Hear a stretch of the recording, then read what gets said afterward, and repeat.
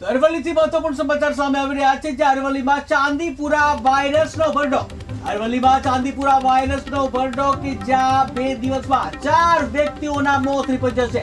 ત્યારે સાબરકાંઠાના ખેડબ્રહ્મામાં એક વ્યક્તિનું મોત નીપજ્યું, જ્યારે અરવલ્લીમાં 2 લોકોના મોત થયા છે. જ્યાં વાયરસથી મગજમાં સોજો સહિતના લક્ષણો જોવા મળે છે, ત્યારે નવા વાયરસને લઈને જિલ્લામાં સર્વે શરૂ કરાયો છે. ત્યારે વાયરસને લઈને આરોગ્ય વિભાગ પણ દોડતું થયું છે.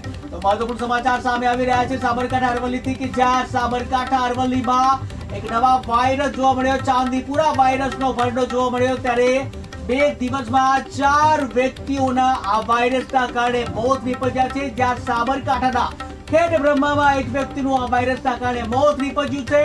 આ સાથે જ અરવલ્લીમાં 2 લોકોના મોત નીપજ્યા છે.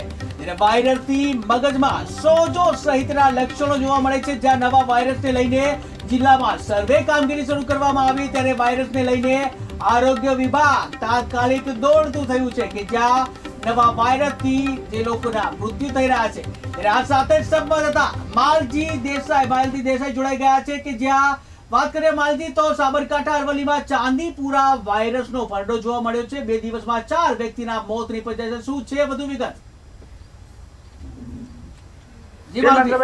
ચોક્કસ જણાવું કે જે અત્યારે સાબરકાંઠાની અંદર એક ભયભીત જોવા મળી રહ્યો છે. જે ચાંદીપુરા વાયરસનો લઈને એક લોકોનો એક ભયભીત જોવા મળી રહ્યો છે. ત્યારે અહીંયા પ્રાપ્ત માહિતી અનુસાર જે 2-4 વ્યક્તિના મોત પણ થયા છે, અને આ રિપોર્ટ બહાર આવતો લોકોનો પણ ફફડાટ વ્યાપી જવા માંગે છે.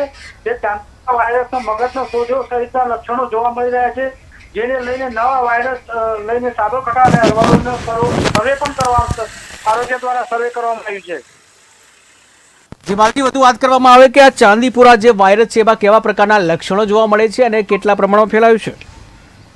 જે ચોક્કસ રીતે આ ચાંદીપુરા જે વાયરસ છે તે લઈને જે મગજની અંદર જે મગજનો સોજો આવતો હોય છે, મગજને સોજો લઈને 24 કલાકમાં દર્દીનું મૃત્યુ થતું હોય છે તેવું બહાર આવ્યું છે જે પ્રાપ્ત માહિતી અનુસાર.